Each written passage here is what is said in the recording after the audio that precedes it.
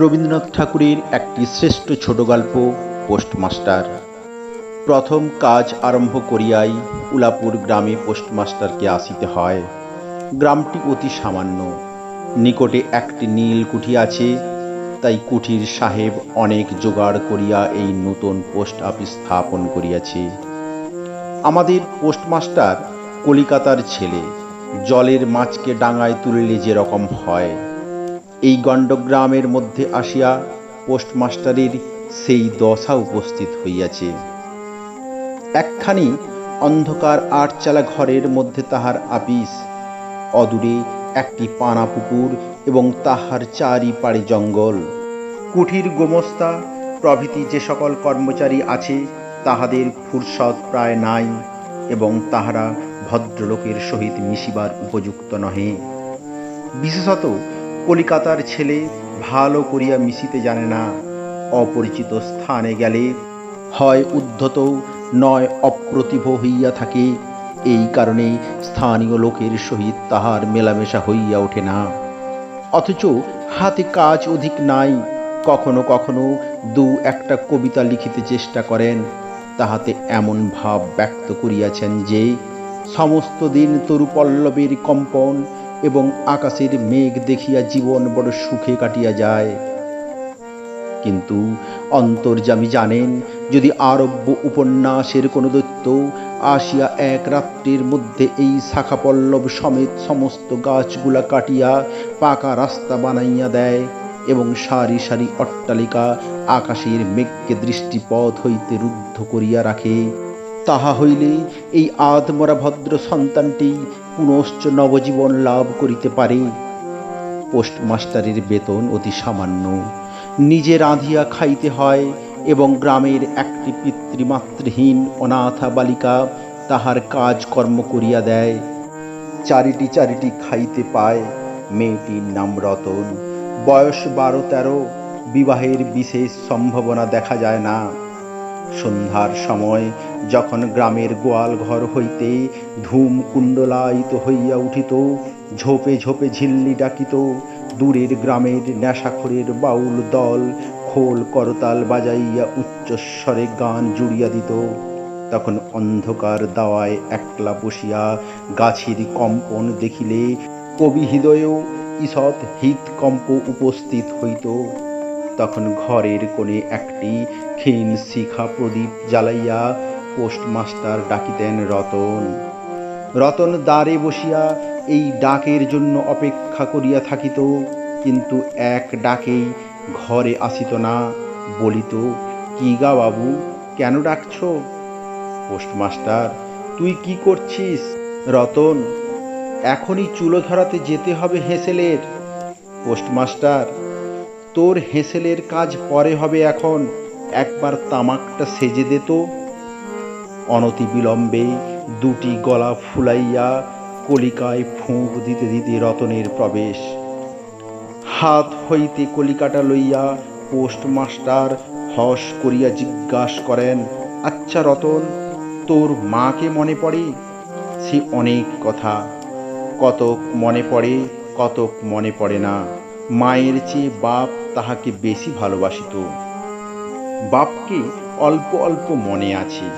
পরিশ্রম করিয়া বাপ সন্ধেবেলায় ঘরে ফিরিয়া আসিত, তাহারই মধ্যে দৈবাৎ দুটি একটি সন্ধ্যা তাহার মনে পরিষ্কার ছবির মতো অঙ্কিত আছে।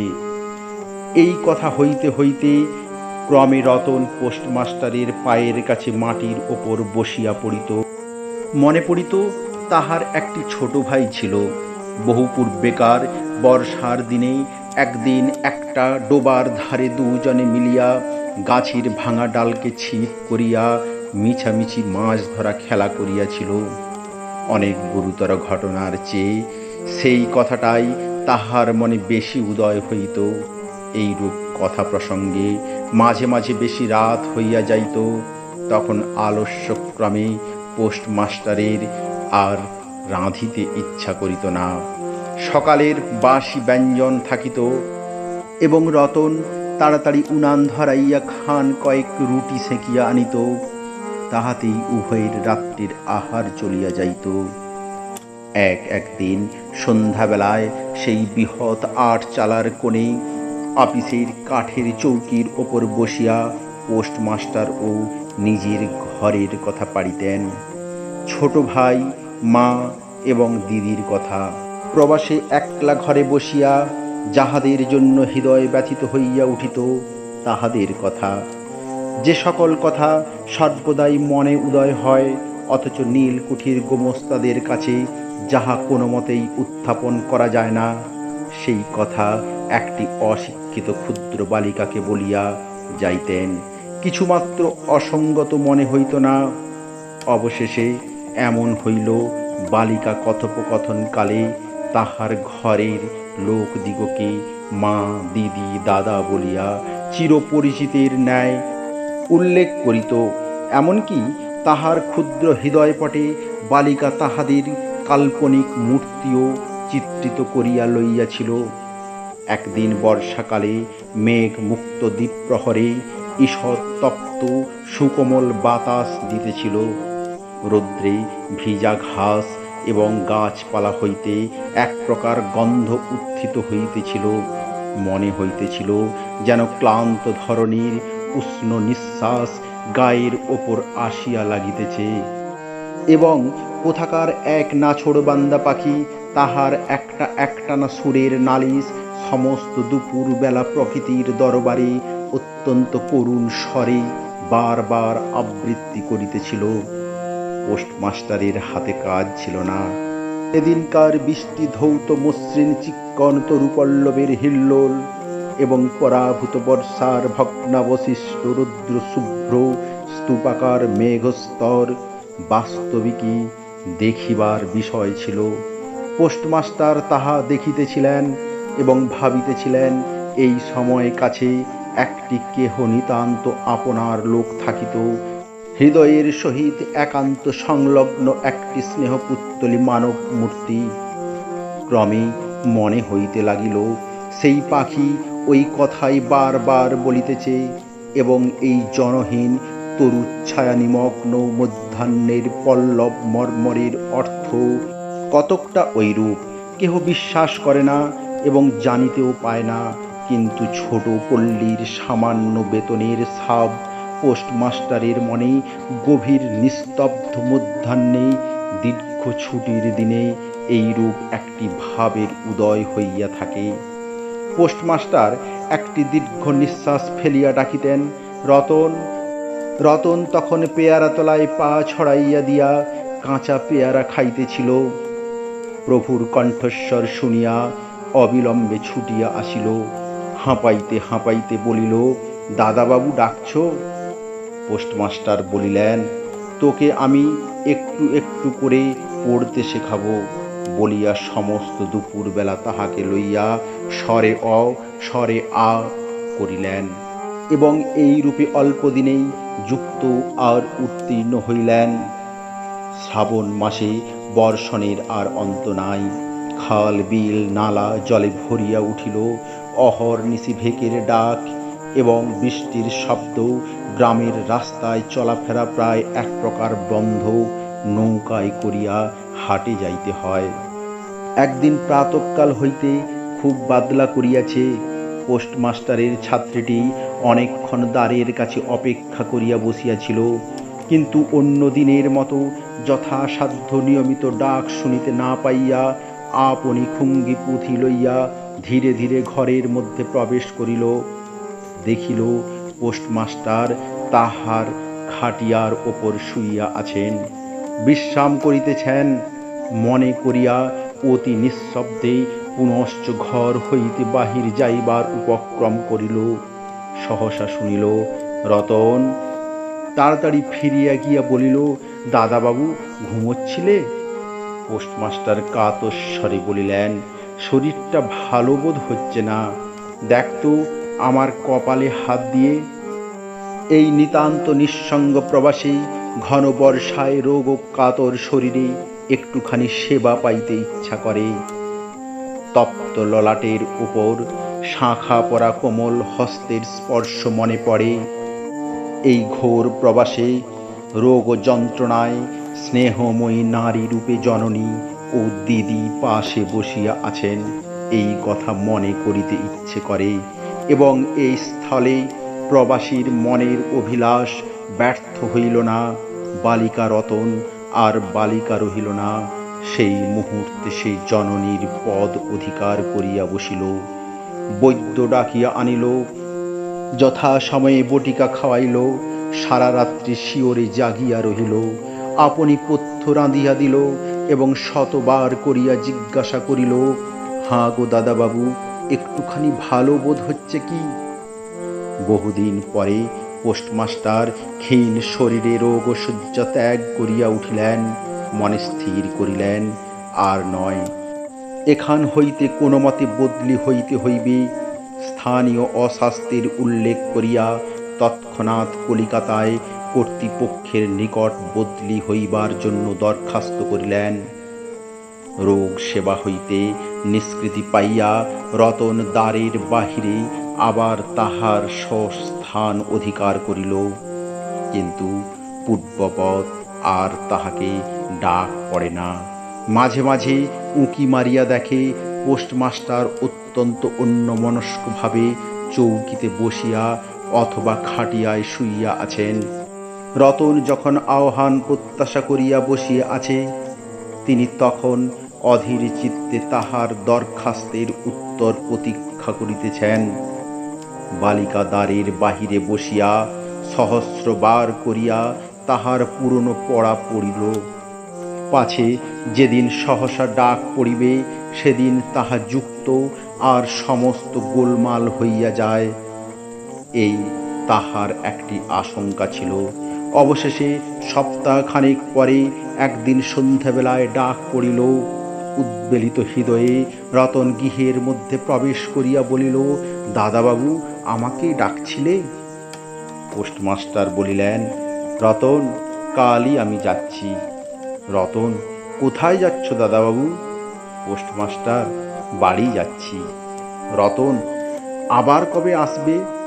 পোস্টমাস্টার, আর আসব না।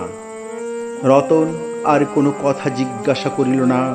পোস্টমাস্টার আপনি তাহাকে বলিলেন, তিনি বদলির জন্য দরখাস্ত করিয়াছিলেন, দরখাস্ত নাম মঞ্জুর হইয়াছে, তাই তিনি কাজে জবাব দিয়া বাড়ি যাইতেছেন।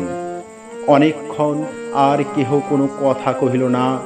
মিটমিট করিয়া প্রদীপ জ্বলিতে লাগিল এবং এক স্থানে ঘরের জীর্ণ চাল ভেদ করিয়া একটি মাটির সরার ওপর টপ টপ করিয়া বৃষ্টির জল পড়িতে লাগিল। কিছুক্ষণ পরে রতন আস্তে আস্তে উঠিয়া রান্নাঘরে রুটি গড়িতে গেল। অন্য দিনের মতো তেমন চটপট হইল না। বোধ করি মধ্যে মধ্যে মাথায় অনেক ভাবনা উদয় হইয়াছিল। পোস্টমাস্টারের আহার সমাপ্ত হইলে পর বালিকা তাহাকে জিজ্ঞাসা করিল, দাদাবাবু, আমাকে তোমাদের বাড়ি নিয়ে যাবে? পোস্টমাস্টার হাসিয়া কহিল, সে কি করে হবে? ব্যাপারটা যে কি কি কারণে অসম্ভব তাহা বালিকাকে বোঝানো আবশ্যক বোধ করিলেন না। সমস্ত রাত্রি স্বপ্নে এবং জাগরণে বালিকার কানে পোস্টমাস্টারের হাস্যধ্বনির কণ্ঠস্বর বাজিতে লাগিল। সে কি করে হবে? ভোরে উঠিয়া পোস্টমাস্টার দেখিলেন তাহার স্নানের জল ঠিক আছে। কলিকাতার অভ্যাস অনুসারে তিনি তোলা জলে স্নান করিতেন। কখন তিনি যাত্রা করিবেন সে কথা বালিকা কি কারণে জিজ্ঞাসা করিতে পারে নাই। পাছে প্রাতঃকালে আবশ্যক হয়, এই জন্য রতন তত রাত্রে নদী হইতে তাহার স্নানের জল তুলিয়া আনিয়াছিল। স্নান সমাপন হইলে রতনের ডাক পড়িল। রতন নিঃশব্দে গৃহে প্রবেশ করিল এবং আদেশ প্রতীক্ষায় একবার নীরবে প্রভুর মুখের দিকে চাহিল। প্রভু কহিলেন, রতন, আমার জায়গায় যে লোকটি আসবেন তাকে বলে দিয়ে যাব, তিনি তোকে আমারই মতন যত্ন করবেন। আমি যাচ্ছি বলে তোকে কিছু ভাবতে হবে না। এই কথাগুলি যে অত্যন্ত স্নেহগর্ভ এবং দয়াদ্র হৃদয় হইতে উত্থিত সে বিষয়ে কোনো সন্দেহ নাই। কিন্তু নারী হৃদয় কে বুঝিবে। রতন অনেক দিন প্রভুর অনেক তিরস্কার নীরবে সহ্য করিয়াছে, কিন্তু এই নরম কথা সইতে পারিল না। একেবারে উচ্ছ্বসিত হৃদয়ে কাঁদিয়া উঠিয়া কহিল, না না, তোমার কাউকে কিছু বলতে হবে না, আমি থাকতে চাই নে। পোস্টমাস্টার রতনের এইরূপ ব্যবহার কখনো দেখেন নাই, তাই অবাক হইয়া রহিলেন। নূতন পোস্টমাস্টার আসিল, তাহাকে সমস্ত চার্জ বুঝাইয়া দিয়া পুরাতন পোস্টমাস্টার গমনোন্মুখ হইলেন।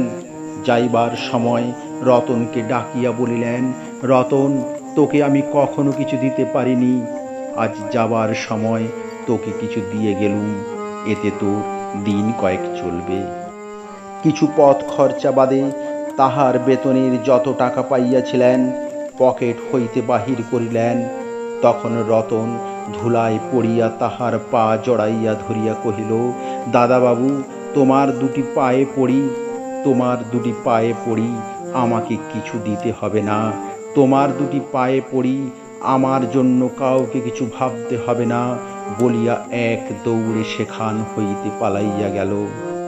ভূতপূর্ব পোস্টমাস্টার নিঃশ্বাস ফেলিয়া হাতে কার্পেটের ব্যাগ ঝুলাইয়া, কাঁধে ছাতা লইয়া, মুটের মাথায় নীল ও শ্বেত রেখার চিত্রিত টিনের প্যাঁটরা তুলিয়া ধীরে ধীরে নৌকাভিমুখে চলিলেন। যখন নৌকায় উঠিলেন এবং নৌকা ছাড়িয়া দিল, বর্ষা বিস্ফারিত নদীর ধরনের উচ্ছ্বসিত অশ্রুরাশির মতো চারিদিকে ছলছল করিতে লাগিল, তখন হৃদয়ের মধ্যে অত্যন্ত একটা বেদনা অনুভব করিতে লাগিলেন। একটি সামান্য গ্রাম্য বালিকার করুণ মুখচ্ছবি যেন এক বিশ্বব্যাপী বৃহৎ অব্যক্ত মর্ম ব্যথা প্রকাশ করিতে লাগিল। একবার নিতান্ত ইচ্ছা হইল ফিরিয়া যাই, জগতের করবিচ্যুত সেই অনাথিনীকে সঙ্গে করিয়া লইয়া আসি, কিন্তু তখন পালে বাতাস পাইয়াছে, বর্ষার স্রোত খরতর বেগে বহিতেছে, গ্রাম অতিক্রম করিয়া নদীকূলের শ্মশান দেখা দিয়াছে, এবং নদী প্রবাহে ভাসমান পথিকের উদাস হৃদয়ে এই তত্ত্বের উদয় হইল, জীবনে এমন কত বিচ্ছেদ, কত মৃত্যু আছে, ফিরিয়া ফল কি, পৃথিবীতে কে কাহার। কিন্তু রতনের মনে কোনো তত্ত্বের উদয় হইল না। সেই পোস্ট অফিস গৃহের চারিদিকে কেবল অশ্রু জলে ভাসিয়া ঘুরিয়া ঘুরিয়া বেড়াইতেছিল। বোধ করি তাহার মনে ক্ষীণ আশা জাগিতেছিল, দাদাবাবু যদি ফিরিয়া আসে, সেই বন্ধনে পড়িয়া কিছুতেই দূর যাইতে পারিতেছিল না। বোধ করি তাহার মনে ক্ষীণ আশা জাগিতেছিল, দাদাবাবু যদি ফিরিয়া আসে, সেই বন্ধনে পড়িয়া কিছুতেই দূরে যাইতে পারিতেছিল না। হায় বুদ্ধিহীন মানব হৃদয়, ভ্রান্তি কিছুতেই ঘোচে না। যুক্তিশাস্ত্রের বিধান বহু বিলম্বে মাথায় প্রবেশ করে, প্রবল প্রমাণকেও অবিশ্বাস করিয়া মিথ্যা আশাকে দুই বাহু পাশে বাঁধিয়া বুকের ভেতরে প্রাণপণে জড়াইয়া ধরা যায়।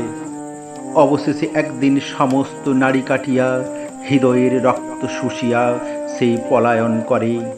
তখন চেতনা হয় এবং দ্বিতীয় ভ্রান্তি পাশে পড়িবার জন্য চিত্ত ব্যাকুল হইয়া ওঠে।